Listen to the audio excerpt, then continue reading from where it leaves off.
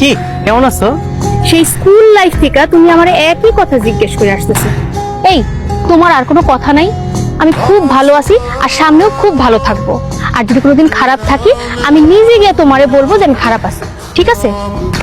আর দয়া কইরা আমারে এই কথাটা আর জিজ্ঞেস করা দরকার নেই। দয়া করে আমার আর এটা জিজ্ঞেস করো। আল্লাহ জানে হে মেয়ে জানি কার কপাল আছে, কার যে বউ হবে এটা একমাত্র আল্লাহ ভালো জানে।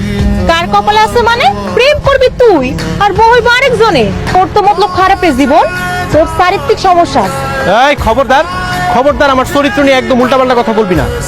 আমার আমার ইজ্জতে লাগে। পুরে আমার ইজ্জত হলো রে। বেহার মতো একটা মাইয়ের পিছনে ঘুরতে ঘুরতে নিজের জীবনের তেজপাতা বানায় ফেলাইছে। তোমার বাড়ি ইজ্জত। শোন, তোর এই টিটপিটার কথা দেখে আমার সন্দেহ হয় তুই কি আসলে পুরুষ। এই এখন কিন্তু একটু বেশি বেশি হয়ে যেতেছে সাথী, আমি কিন্তু এখন রাগ করবো। তোর মতো মগারে দিয়া কিচ্ছু হইব না। সেই ছোট্টবেলা থেকে তুই আখিরে ভালোবাসো, এখন পর্যন্ত কইতে পারলি না। আমার মনে কি জানো স্যার, জীবনও কইতে পারলি না। এই না করতে পারলে নাই, তোর সমস্যা কি? তোর সমস্যাটা কি? তুই নিজের সরকার তেল দে না, যা বাড়ি যা, বাড়ি যা। বান্দর কথা সবসময় আমার রাগ দেয়। যার লোকে রাগ দেওয়া হলো তারে পারে না, আমার খালি রাগ দেয়। তোর না আমার সাইকেলে চড়াই নিয়ে যাওয়ার কথা ছিল। সাইকেলে চড়াইয়া নিয়ে যাইতে হবে এমন তো কোনো কথা ছিল না। তুই কইছ সাইকেল সহ তোর বাড়িতে পৌঁছাই দিয়ে আইতে, আবার কলেজে নিয়ে আইতে, আমি সেটাই করব।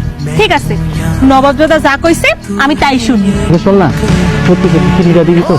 শুন, এই সাথে কথা দিলে সে কথা রাইখাই ছাড়ে, বুঝছো? ঠিক আছে তো নে, তোর বাড়ি চলে আসছে। শোন, কালকে সকালবেলা একটু তাড়াতাড়ি রেডি হয়ে থাকিস, আমার জন্য এসে দাঁড়ায় থাকতে না হয়।